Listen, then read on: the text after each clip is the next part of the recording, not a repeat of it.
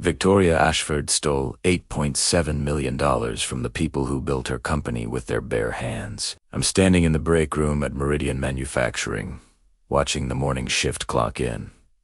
6:47 a.m. Same faces I've seen for 28 years. Tommy Rodriguez, 61, machinist, 3 years from retirement. Lisa Washington, 54, quality control. Daughter starting college next fall. Marcus Wu, 58, maintenance supervisor. Wife, just beat cancer. Every single one of them trusts their pension fund, the money they've earned, the future they've sacrificed for. What they don't know is that their retirement accounts show $23.4 million in total assets. The actual balance is $14.7 million. The difference: Victoria's new lake house in Tahoe, her daughter's Harvard tuition, the Maserati she posts on LinkedIn with captions about the rewards of hard work. I'm Marcus June, senior accountant, pension fund administrator. Yesterday at 4:32 p.m., I discovered the theft. This morning at 6:15 a.m., Victoria called me into her office and threatened my son's medical benefits if I told anyone. David is 14, cerebral palsy. His treatments cost $6,800 monthly. Our insurance, through Meridian, covers 90%. Without it, we lose everything. Victoria sat behind her mahogany desk, $47,000. I processed the invoice myself and smiled. Marcus, I think you've made an accounting error. The pension fund is perfectly balanced. Perhaps you need some time off. Stress can cause confusion, especially at your age. 52 isn't old. But she said it like I was already obsolete. I have the transfer records, I told her. October through March. $8.7 million to offshore accounts. Her smile never wavered. Marcus, I'd be very careful making accusations you can't prove. False allegations could be considered defamation, and wouldn't it be terrible if David's condition was deemed pre-existing and excluded from coverage? The threat was crystal clear. I left her office at 6:43 a.m., came straight to the break room. Tommy Rodriguez poured himself coffee, the cheap stuff we buy in bulk. Victoria cut the coffee service budget last quarter while upgrading her own office furniture. Morning, Marcus. You look like hell. Rough night. What Victoria doesn't know is that I spent 28 years building systems to prevent exactly what she is doing. I know every loophole, every audit trail, every regulatory requirement. And I know something else. Last night at 11:34 p.m., I made copies of everything. Bank statements, wire transfers, forged audit reports. I encrypted them, uploaded them to 3 separate secure servers, and sent the access codes to someone. Victoria has underestimated even more than she's underestimated me. My daughter Sarah is an investigative journalist at the Bay Area Tribune. She's been waiting for a story like this her entire career. Subscribe to learn how a 50-year-old accountant destroyed a CEO who thought she was untouchable. The discovery happened by accident. That's the part Victoria will never believe. I wasn't investigating her. I was doing my job. March 15th. Quarterly pension fund audit. Standard procedure I've performed 112 times in 28 years. The fund holds retirement accounts for 347 employees, machinists, assemblers, quality control specialists, maintenance crew, people who've given decades to Meridian Manufacturing. The spreadsheet looked normal at first. Total assets, $23.4 million. Individual accounts, properly allocated. Growth rate consistent with market performance. But something nagged at me. A feeling you develop after 3 decades of staring at numbers. The growth rate was too consistent. Markets fluctuate. Our pension fund, heavily invested in index funds and bonds, should show variation. Small dips, unexpected gains, the chaos of real financial markets. This was smooth. Almost out. I pulled the actual brokerage statements, not the summaries Victoria's office provided, but the raw data from Fidelity, our fund administrator. The accounts didn't match. Fidelity showed $14.7 million in actual assets. Our internal records showed $23.4 million. The difference, $8.7 million. I checked my work 3 times, recalculated, cross-referenced. The gap remained. At 4:32 p.m., I pulled the wire transfer history. My security clearance granted access to transaction records dating back 7 years. October 2022. $1.2 million transferred to Meridian Consulting Services LLC, a company I'd never heard of despite processing every vendor payment for 2 decades. November 2022. $890,000 to the same entity. December through March. 14 more transfers, all to Meridian Consulting Services, all authorized by Victoria Ashford's digital signature. I Googled the company, registered in Delaware. No website. No public filings.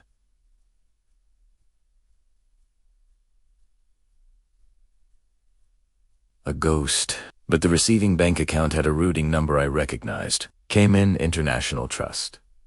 Offshore banking, the kind of setup people use when they're hiding money.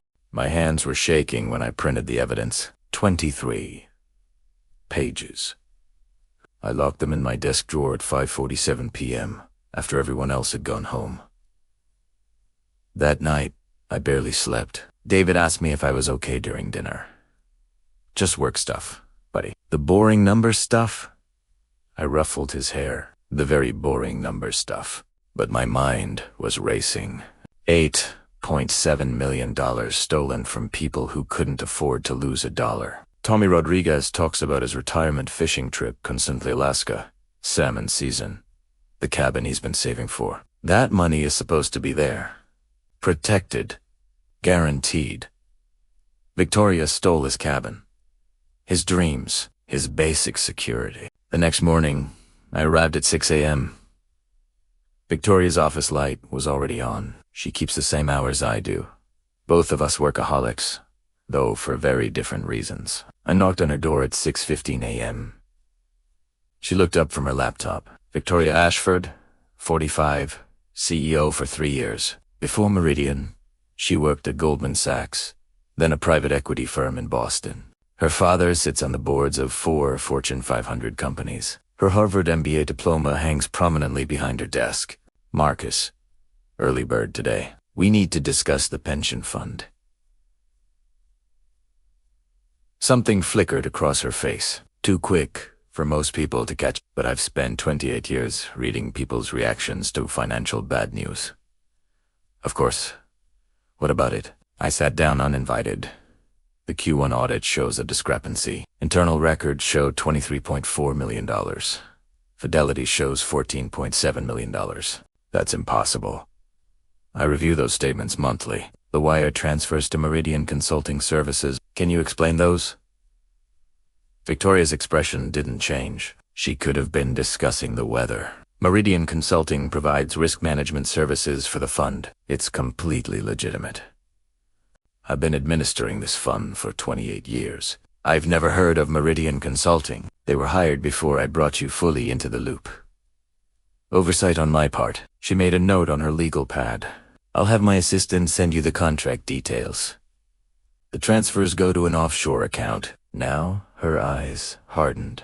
Just slightly. Marcus, are you questioning my financial management? I'm questioning $8.7 million in unexplained transfers. She stood up, walked to the window. Her corner office overlooked the factory floor 3 football fields of manufacturing space, where 347 people built the precision parts that made Meridian profitable. Let me be very direct. Victoria sighed, her back still to me. You're a good accountant, reliable. But you're not a financial strategist. Offshore structures are standard practice for funds this size. Tax optimization, currency hedging, regulatory advantages, not without disclosure to the fund beneficiaries. She turned around. The pleasant CEO mask was gone. Marcus, I'm going to assume this conversation comes from a place of diligence, not accusation. But I want to be very clear. The pension fund is properly managed. Your role is to process the numbers I provide, not to question strategic decisions above your pay grade. My role is to protect the employee's retirement assets. Your role, she said, voice dropping to something colder, is whatever I define it to be. You're an at-will employee. This company has been very good to you. 28 years of employment. Excellent benefits, particularly important given David's medical needs. The threat landed like a physical blow. David's condition requires ongoing treatment, she continued. Cerebral palsy. Correct. I imagine his care is expensive. Our insurance coverage is quite generous. It would be unfortunate if you lost access to those benefits over a misunderstanding about accounting practices. I stared at her. This woman I'd worked alongside for 3 years, who gave speeches at company meetings about our Meridian family, who posed 4 photos with employees at the holiday party. Are you threatening my son's healthcare? I'm reminding you of what's at stake. For Everwine. If you make wild accusations about financial impropriety, it could trigger regulatory investigations, stock price impacts, potential layoffs. Is that what you want? To put 347 jobs at risk because you don't understand sophisticated financial structures? She sat back down, smiled. The mask was back. Take the rest of the day off, Marcus. You look stressed. Spend time with David. When you come back tomorrow, I'm confident you'll see things more clearly. I left her office at 6:43 a.m. Stopped in the break room. Made coffee with shaking hands. Tommy Rodriguez was there, Lisa Washington, Marcus Wu. Good people who trusted the company, who believed their pensions were safe. I thought about David, about his physical therapy appointments, his medication, the specialized equipment he needs. And I thought about Victoria in her $47,000 office, threatening a disabled child's health care to cover up theft. At 7:15 a.m., I made a decision. I went back to my desk, unlocked the drawer, removed the 23 pages of evidence. I didn't take the rest of the day off. Instead, I did what I've done for 28 years. I started building a case. What Victoria didn't know was that her sophisticated financial structure left a trail, and I knew exactly how to follow it. By noon, I discovered the theft wasn't $8.7 million. It was $12.3 million, and Victoria wasn't working alone. The key to understanding the theft was understanding Victoria's mistake. She assumed I was just an accountant, a number cruncher, who processed invoices and filed reports. What she didn't know is that I built Meridian's entire financial tracking system from scratch in 1997. Every security protocol, every audit trail, I wrote the code myself. Back when the company had 40 employees and the CEO was Tom Brennan, the founder who actually cared about his workers, I had access to everything. At 12:47 p.m., I started tracing the money backward. Meridian Consulting Services received $8.7 million in wire transfers from the pension fund. But where did that money go afterward? I pulled the bank routing numbers. Came in International Trust, account number 447-2938-42217. The receiving account holder was listed as MCS Holdings Limited, another shell company. I searched our vendor database. MCS Holdings appeared exactly once. A single payment in January 2023 for consulting services. Coincidence? Not likely. Primera need help. This was deeper than simple embezzlement. This was a layered financial structure designed to obscure the money trail. Victoria had professional help setting this up. At 1:15 p.m., I made a phone call I'd been avoiding for 5 years. Linda Martinez speaking. Linda, it's Marcos Chun. Silence on the other end, long enough that I thought she might hang up. Linda Martinez was Meridian's CFO until February 2021. She left under circumstances nobody discussed publicly. One day she was running the finance department. The next day her office was empty, her nameplate removed, her files boxed up. The official story was early retirement. Linda was 53 at the time. Marcus Chun, she finally said. That's a name I didn't expect to hear. I need your help with something sensitive. If this is about Meridian, I can't help you. Linda Videri is stealing from the pension fund. $8.7 million that I can prove. Probably more. Another long silence. Where are you right now? She asked. My office. Get out of there. Meet me at Rosie's Diner on Highway 17. 1 hour. Come alone. C'est un app. I looked around my office. 28 years of accumulated life. Photos of David at various ages. A coffee mug that said world's most boring job from Sarah. My CPA certification framed on the wall.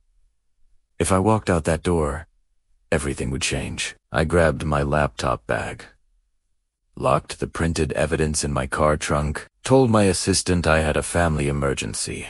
At 2:30 p.m., I walked into Rosie's Diner. Linda sat in a back booth, coffee already cold in front of her.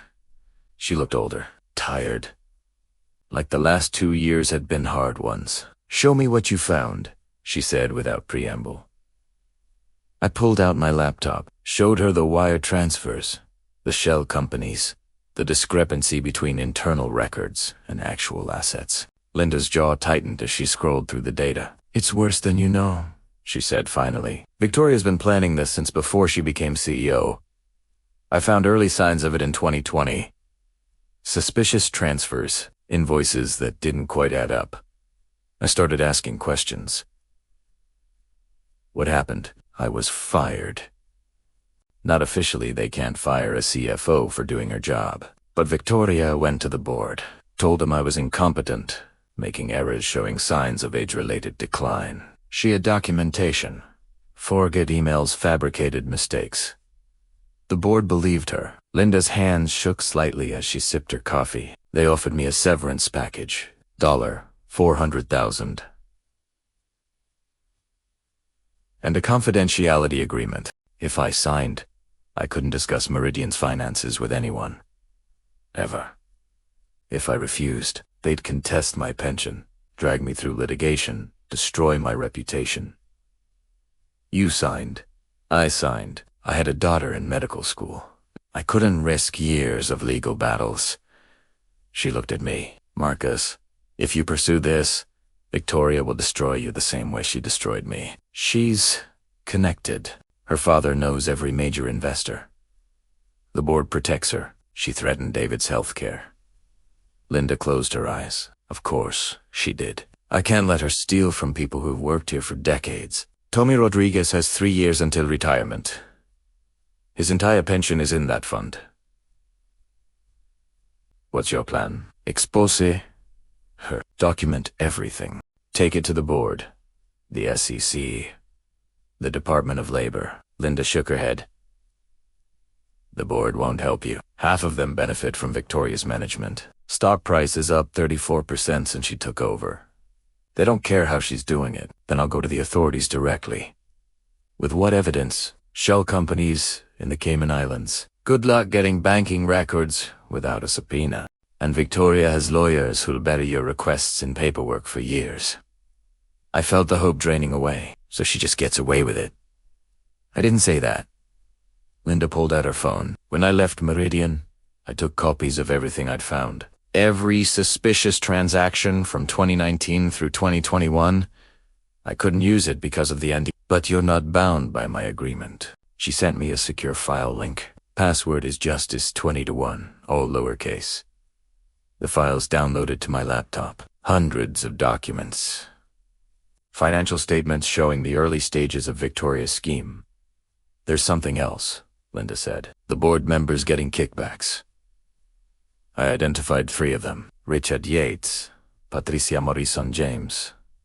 Show no relation to you, I assume. No relation. They approved budgets that funneled money to Victoria's shell companies. In exchange, they received consulting fees from those same entities. It's all documented in those files. This was bigger than I'd imagined. Not just embezzlement, but board-level corruption. Why didn't you take this public yourself? I asked. Because I was scared. Because I had things to lose. Linda's eyes met mine. But you're not scared, are you, Marcus? I'm terrified, but I'm more angry than scared. She smiled for the first time. Good.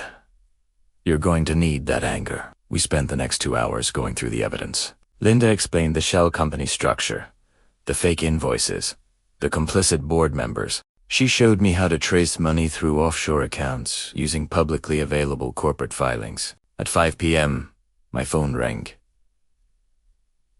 Victoria's office number. Don't answer, Linda warned. I have to. If I disappear, she knows something's wrong. I picked up. Marcus, where are you? Victoria's voice was pleasant, but I could hear the edge underneath. Your assistant said family emergency? David had a medical appointment. I had to take him. Is everything all right? Just routine follow-up. Good. Listen, I've been thinking about our conversation this morning. Why don't you come by my office tomorrow? I'll have all the Meridian Consulting documentation ready to review. I want you to feel completely comfortable with the fund management. She was going to show me forged documents, create a paper trail that made the theft look legitimate. That would be great. Thank you, Victoria. We're a team. Marcus. I rely on your diligence. See you tomorrow, 8 a.m. sharp. She hung up. Linda had heard the whole conversation. She's setting you up. Tomorrow, she'll show you fake contracts, fabricated audit reports. Then if you keep pushing, she'll point to that meeting and say, you reviewed everything and approved it. So what do I do? You need someone who can recover the digital evidence she's deleted. Every email, every file, every communication about the theft. It's all still there if you know where to look. I don't know anyone like that. I do. Linda made a call, spoke quietly for 2 minutes. Hung up. James Park. He was Meridian's IT security director until Victoria fired him 6 months ago. Same playbook, trumped up performance issues, forced resignation. He's been working freelance cybersecurity since then. Will he help? He hates Victoria even more than we do. And Marcus. Linda's expression turned serious. Once you bring James in, there's no going back. Victoria will find out you're building a case. She escalate. Are you ready for that? I thought about David, about the 347 employees who trusted their pensions were safe, about Victoria's smug smile as she threatened my son. I'm ready. At 7:30 p.m., James Park showed me Victoria's deleted emails. What we found wasn't just theft. It was conspiracy to commit fraud across 4 states. The evidence was damning. The risk was deadly. James Park looked exactly like a cybersecurity specialist. Tired eyes, too much coffee, the slightly manic energy of someone who saw in code instead of language. We met at his apartment in San Jose. Computer monitors covered every wall. The smell of takeout, Chinese, and energy drinks permeated the air. Marcus Chun, he said, shaking my hand. Linda speaks highly of you. Says you're one of the good ones. She says you can recover deleted files from Meridian servers. I can recover deleted files from anywhere. Question is, do you have authorization? I'm pension fund administrator. I have full access to financial systems. James grinned. Then let's see what Victoria's been hiding. He pulled up Meridian's network architecture. I logged in with my credentials. James did something complex with command lines and encryption protocols that I didn't fully understand. Here's the thing about deleted files, he explained while typing. When you delete an email, it's not actually gone. It's just marked as deleted in the database. The data still exists until it's overwritten. Code scrolled across his screens. Victoria's been deleting emails regularly. But she made a mistake. She didn't delete them from the backup service. The Meridian's IT policy requires 7 years of backup retention. More typing. Then files started appearing. Email from Victoria to someone named Robert Chun, dated March 2020. The pension fund represents our best opportunity. Employees don't monitor it closely. Annual audits are perfunctory. If we move carefully, we can extract $10.12M over 3 years without detection. Robert Chun's response. Agreed. I'll set up the shell entities. You handle the board. Who's? Robert Chun. Primera. Ask it. James pulled up a LinkedIn profile. Victoria's brother, investment banker at Goldman. He's the one who created Meridian Consulting Services and MC's Holdings. More emails appeared. Hundreds of them. Victoria to Richard Yates, board chairman. August 2020. The proposed consulting agreements will improve our financial flexibility while providing supplemental compensation for your committee work. Translation: bribes. Richard's response: how much are we discussing? Victoria: $50,000 annually per board member, structured as a legitimate consulting fees. James kept digging. The evidence piled up. Email to Patricia Morrison, board member, January 2021. Linda Martinez is becoming a problem. I'll need your support to force her out. Patricia's response: what do you need from me? Victoria: confirmed that she made errors in the Q4 report. I'll provide documentation. They'd framed Linda with fabricated evidence, destroyed her career to protect the theft. More emails. Victoria discussing fake audit reports. Victoria coordinating with her brother on offshore transfers. Victoria calculating exactly how much they could steal before triggering regulatory scrutiny. And then James found the most damaging email, sent 3 days ago, to her brother. Marcus Chun discovered the discrepancy. I've threatened his disabled son's health care. That should keep him quiet. If not, we'll need to frame him the same way we did Linda.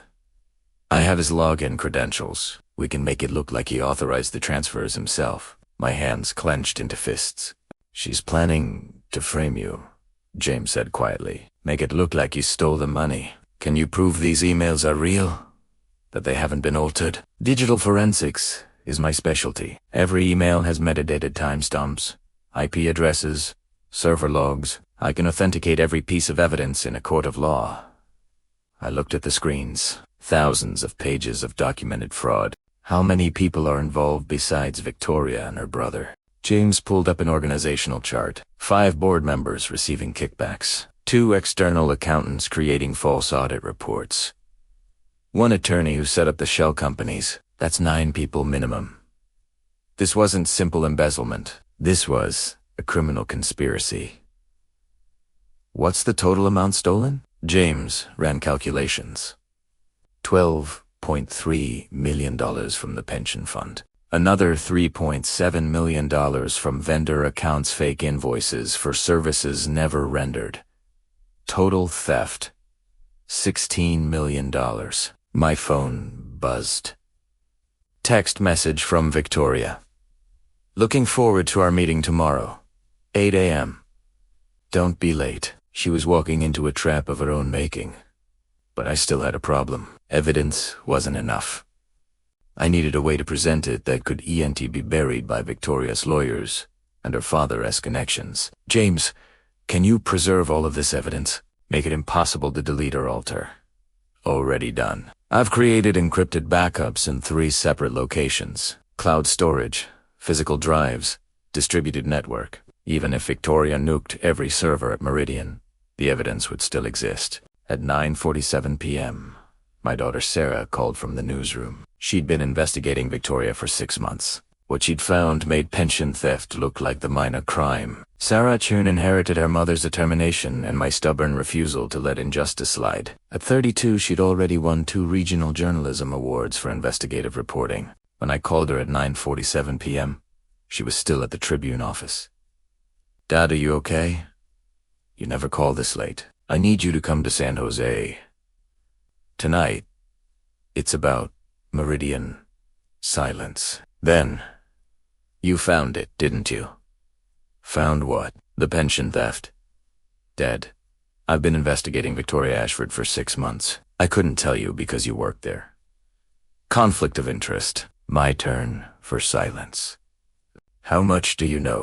I finally asked. Enough to write a story that would destroy her, but not enough to prove it in court. What do you have? I looked at James's monitors, still displaying Victoria's incriminating emails. Everything. Wire transfers, shell companies, deleted emails, conspirator communications, $16 million in documented theft. Holy shit. Dad. Language. Dad. I'm 32. I can swear, but I heard the smile in her voice. I'm coming now. Text me the address. She arrived at 11:15 p.m. with a laptop bag and the hungry expression of a journalist who just caught her white whale. James showed her everything. Sarah's fingers flew across her keyboard, taking notes, cross-referencing information, building the narrative. This is Pulitzer level, she breathed. But Dad, you understand what this means. Once I publish, there's no going back. Victoria will come after you with everything she has. She's already coming after me. She threatened David's healthcare this morning. Sarah's expression hardened. She'd always been protective of her little brother. Then let's bury her. We worked through the night. Sarah interviewed me on camera, documenting my discovery of the theft. James walked her through the digital forensics. Linda joined us via video call, providing context about her forced resignation. By 3 a.m., we had a complete story. Sarah's article outlined the entire conspiracy. Names, amounts, evidence. Her editor had already agreed to run it as a front-page exclusive pending legal review. The paper's attorneys will need to verify everything, Sarah explained. Probably take 2 days. Then we publish. 2 days, I repeated. My meeting with Victoria is in 5 hours. Don't go, Linda said from the video screen. Once she shows you those fake documents, she'll use that meeting against you. But I had a different idea forming. What if I record the meeting? Get her to admit the theft on tape. James shook his head. California is a two-party consent state. Secret recordings aren't admissible in court without both parties' permission. But they're admissible in the court of public opinion, Sarah said. If she admits to the theft on recording, I can include that in my article. We planned it carefully. James provided a high-quality digital recorder, small enough to hide in my shirt pocket. Sarah coached me on questions that would elicit incriminating responses. Don't accuse her directly, Sarah advised. Ask questions. Sound confused? Let her explain herself into a confession. At 6 a.m., I went home. David was still asleep. I watched him for a moment, peaceful in his bed, unaware his father was about to blow up both their lives. My phone rang, unknown number. Is this Marcos Chun? Unfamiliar voice. Male. Professional. Who's asking? Kenneth Bradshaw. Legal counsel for Meridian Manufacturing. Mr. Chun, I'm calling to inform you that your employment has been terminated effective immediately. The words hit like a sledgehammer. On what grounds? Gross misconduct. Unauthorized access to proprietary financial information, sharing confidential company data with external parties. Victoria had found out about my investigation. I want to speak with Victoria. Ms. Ashford is unavailable. You're required to return all company property by 5 p.m. today. Your final paycheck will be mailed to your address on file. Your health insurance will terminate in 30 days, as per COBRA requirements. 30 days. David's next treatment was in 3 weeks. This, illegal retaliation. I discovered evidence of embezzlement. Mr. Chun, I strongly advise you not to make unfounded accusations. Meridian takes defamation very seriously. Further communications should go through your attorney. He hung up. I stood in my kitchen, phoning and unemployed for the first time in 28 years. Sarah called immediately. Dad, I just got a call from Meridian's PR firm. They're claiming you stole money from the pension fund. They're going to the police. She was framing me, exactly as the emails had warned. They'll plant evidence, I said. Make it look like I authorized the transfers. Not if we publish first. I'm calling my editor now. We're running the story today. Sarah, you said the legal review takes 2 days. Fuck the legal review. This is newsworthy. Dad, we have documentation. We're running it. At 7:30 a.m., I got a call from San Jose Police Department. Detective Maria Santos. Mr. Chun, we'd like you to come to the station. We have questions about financial irregularities at your workplace. Am I under arrest? Not at this time. But we do need to speak with you. I called Janet Walsh, the attorney who'd helped me with my wife's estate. We didn't know where. She'd referred me to a criminal defense lawyer. By 9 a.m., I was sitting in a police interview room with my attorney, a sharp woman named Rebecca Keem, who specialized in white-collar crime. Detective Santos showed me bank records, wire transfers from the pension fund 2 offshore accounts, each one authorized with my login credentials. Can you explain these transactions, Mr. Chun? Those aren't my authorizations. My credentials were stolen. The IT logs show the transfers were made from your computer. Your IP address? During business hours, when you were in the office. Victoria had thought of everything. Rebecca stopped the interview. My client has no further comments at this time. Outside the police station, she was blunt. Marcus, they're building a case against you. Someone has gone to considerable effort to make you look guilty. My daughter is publishing an investigative article this afternoon. It documents the real theft. That might help public opinion, but it won't stop a criminal prosecution if they have enough evidence. My phone rang, Sarah. Dad, the Tribune's lawyers killed the story. My heart sank. What? Victoria's father called the publisher, threatened a massive libel lawsuit. The paper won't run it without more corroboration. Everything was falling apart. I sat in my car outside the police station, unemployed, under investigation for crimes I didn't commit. My son's health care hanging by a thread. The story killed by legal threats. Victoria had won. At 11 a.m., my phone rang again. Linda Martinez. Marcus, I'm breaking my NDA. I don't care about the consequences anymore. I'll testify to everything I know. Linda, they'll sue you for breach of contract. Let them. I'm tired of watching people like Victoria destroy lives while hiding behind lawyers. I'm going on record.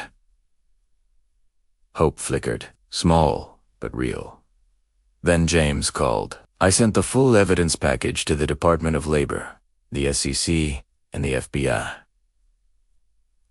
Anonymous submission, but with enough detail that they'll have to investigate. Sarah called next.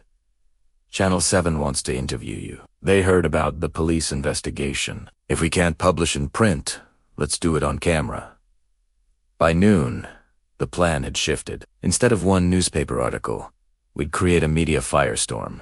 Television, interviews, social media, regulatory complaints. Victoria could threaten one newspaper, but she couldn't silence everyone. At 2 p.m., I did something Victoria never expected. I called an emergency shareholders meeting. What I didn't know was that she'd been planning something far worse than just framing me. Meridian Manufacturing is a publicly traded company, small cap, regional, but public, which means shareholders have rights, including the right to call emergency meetings. At 2:30 p.m., I filed formal paperwork with the board of directors. As a shareholder, I owned 2,400 shares accumulated through 28 years of employee stock purchases. I had standing to request an emergency session. The grounds: material concerns regarding fiduciary duty and financial irregularities, requiring immediate board review. Corporate bylaws required the board to schedule a meeting within 72 hours of a formal request. Victoria called me at 3:15 p.m. This time, the pleasant mask was completely gone. What the hell do you think you're doing? Exercising my shareholder rights. Marcus, you're making a serious mistake. I've tried to handle this quietly, but you're forcing my hand. Exercising my shareholder rights. Marcus, you're making a serious mistake. I've tried to handle this quietly, but you're forcing my hand. Your hand is already forced. The Department of Labor received a complete evidence package this morning. So did the SEC and FBI. Silence. Then, those are anonymous complaints. Without credibility. They're detailed complaints, with documents, bank records, email evidence.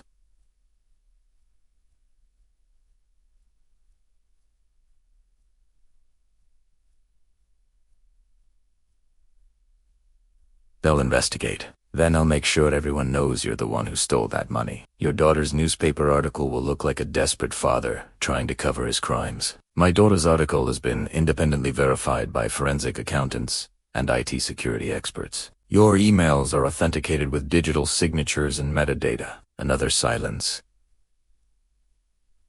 Longer. What do you want, Marcus? I want you to confess. Publicly. At the shareholders' meeting. Admit what you've done, return the stolen money, and resign. Victoria laughed. Actually laughed. You're out of your mind. I have the board's support. I have legal counsel. I have resources you can't imagine. You're a fired accountant with a disabled son and no health care. How long do you think you can fight me? As long as it takes. She hung up. The shareholders' meeting was scheduled for April 4th, 10 a.m. 3 days away. Sarah used that time to build pressure. Her Channel 7 interview aired on the evening news. Local accountant alleges massive pension theft at regional manufacturer. I sat on camera and calmly explained the evidence. Wire transfers. Shell companies. Offshore accounts. The interviewer was skeptical at first, but Sarah had provided enough documentation to make it credible. Beat that night, the story was trending on social media. Employees started posting their own concerns.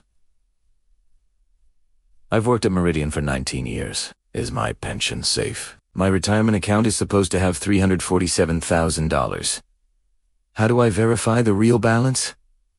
The pressure built. Linda went public the next day. Her own television interview, describing how Victoria had forced her out for asking questions. I was threatened, intimidated, and ultimately paid to stay quiet. I regret signing that NDA. Every single day. James published a technical blog post explaining the digital forensics, how to detect corporate email fraud, a case study. He didn't name Meridian specifically, but anyone following the story would recognize it. By April 3rd, the day before the shareholders' meeting, Meridian's stock had dropped 23%. Major investors were demanding answers. The board was in crisis mode. I received a call from Richard Yates, board chairman. Marcus, let's be reasonable. Come to my office. Let's discuss this like adults. Anything you want to say to me can be said at tomorrow's shareholders meeting. I'm offering you a settlement, $500,000. Full healthcare coverage for David for life. All legal charges dropped. You sign an NDA and walk away. $500,000. David's healthcare secured forever. No? Excuse me? This isn't about money. It's about 347 people whose retirement you stole. I'm not signing anything, Marcus. You're destroying this company. Stock price is plummeting. We'll have to do layoffs to stay solvent. You're hurting the exact people you claim to be protecting. The company's being destroyed by Victoria's theft, not by my exposure of it. Reach's voice turned cold. Then you'll face the consequences. April 4th arrived. The shareholders' meeting was held at Meridian's headquarters. Large conference room usually reserved for customer presentations. Corporate bylaws required it to be open to all shareholders and media. The room was packed. Employees who'd used their lunch break to attend. Local reporters. 3 television cameras. Shareholders who'd driven from across the state. I sat in the front row with Sarah, Linda, and James. Rebecca Kim, my attorney, sat beside me with 2 banker's boxes full of evidence. Victoria entered at 9:55 a.m. Expensive suit, perfect hair, confident smile. Her attorney walked beside her, Kenneth Bradshaw, the one who'd fired me. The board filed in. Richard Yates, Patricia Morrison, James Chun, and 2 others. They looked uncomfortable. Good. Richard called the meeting to order at 10 a.m. sharp. Thank you all for attending this emergency session. We're here to address concerns raised by Marcus Chun regarding pension fund management. Mr. Chun, you have the floor. I stood up. 28 years at this company. Most of those people in the room knew me, trusted me. My name is Marcus Chun. I've been Meridian's pension fund administrator for 28 years. On March 15th, during a routine quarterly audit, I discovered that $8.7 million was missing from employee retirement accounts. Gasps from the crowd.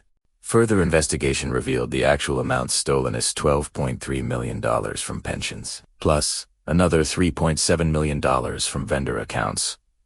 Total theft, $16 million. Victoria stood up. Mr.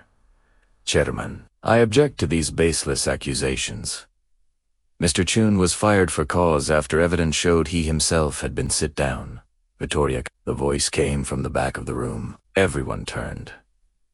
A woman in her 60s walked down the center aisle. Expensive suit, government ID badge visible. I'm Margaret Walsh, Special Agent with the Department of Labor's Employee Benefits Security Administration. We've been investigating Meridian Manufacturing for the past 72 hours, based on a detailed complaint we received. She placed a folder on the table in front of the board. Our forensic analysis confirms Mr. Chun's allegations. Meridian's pension fund has been systematically looted through fraudulent wire transfers to offshore shell companies controlled by Victoria Ashford and her brother Robert Chun. Victoria's face went pale. Another person stood up from the back row, Special Agent David Park, FBI Financial Crimes Division. We have warrants for the arrest of Victoria Ashford, Robert Chun, and board members Richard Yates, Patricia Morrison, and James Chun on federal charges of wire fraud, embezzlement, and conspiracy. FBI agents moved through the room. Victoria tried to run. She actually ran for the door. An agent caught her in 3 steps. Victoria Ashford, you're under arrest. The room erupted. Cameras flashing, reporters shouting questions. Employees crying. Richard Yates sat frozen as another agent handcuffed him. I want my lawyer.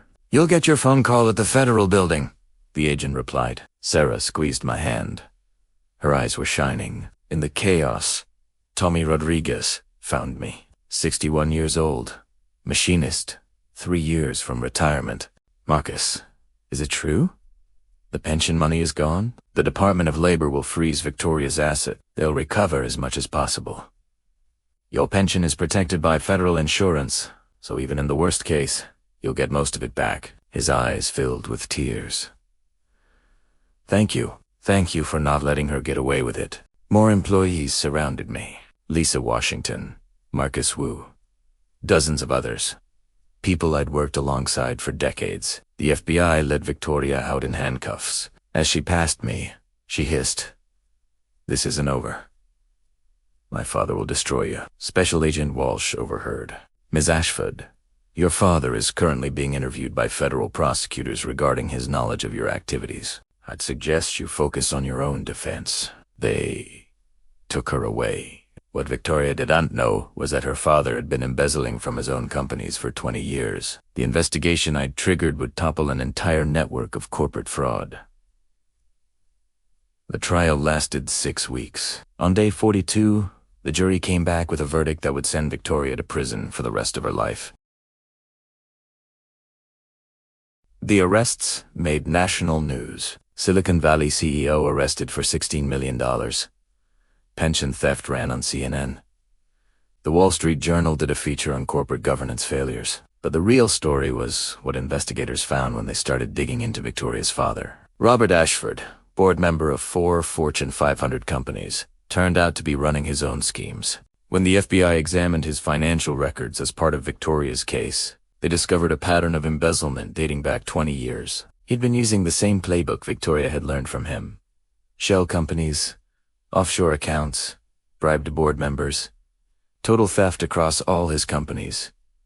$127 million. The SEC opened formal investigations into 12 corporations. The fallout was massive.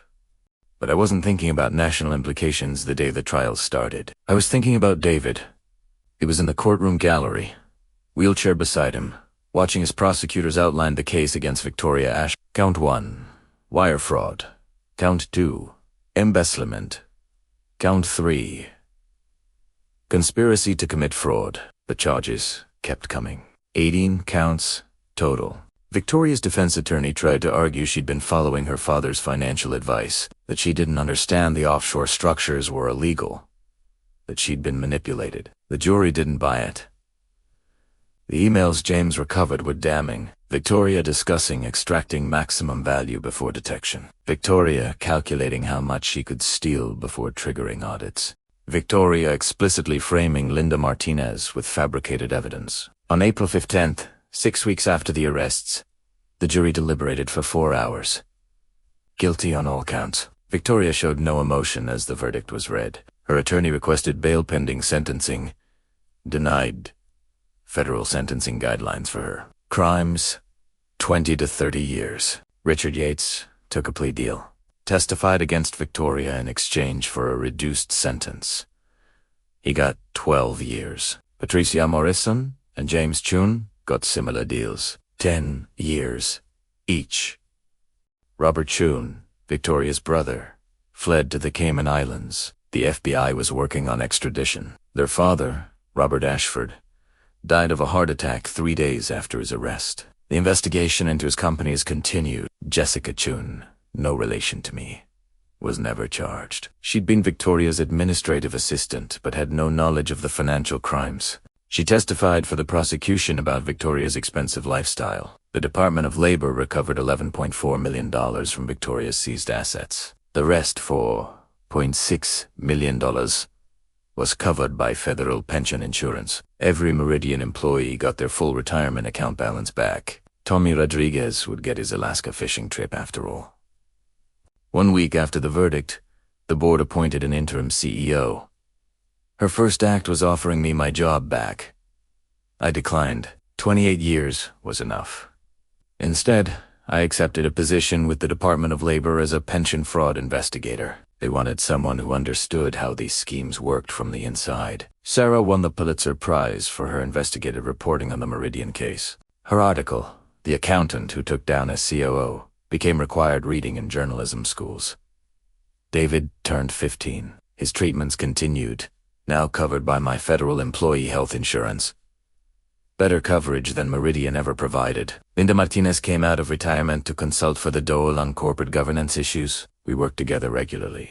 James Park started a cybersecurity firm specializing in corporate fraud detection. His first client was Meridian Manufacturing. They hired him to rebuild their entire IT security infrastructure. 1 month after the verdict, I visited Victoria in federal detention. She'd refused to see me twice, but finally agreed.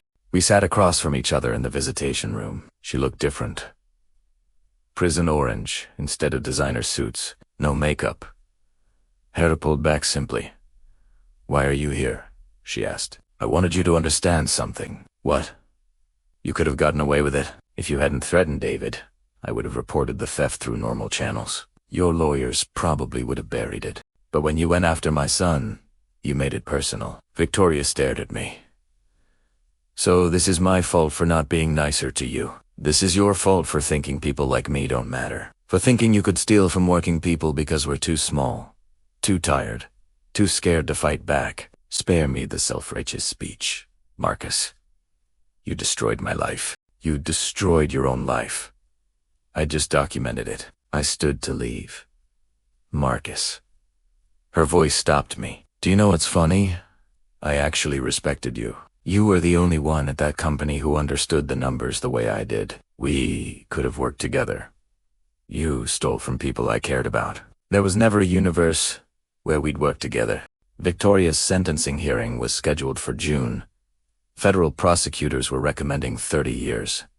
She'd be 75 when she got out, if she survived that long. 6 months after the verdict, Meridian Manufacturing was acquired by a larger company. The new owners kept all existing employees, protected the pension fund, and committed to maintaining the factory. Tommy Rodriguez, he sent me a photo from Alaska, holding a 30-pound salmon, grinning like a kid. Lisa Washington's daughter started college.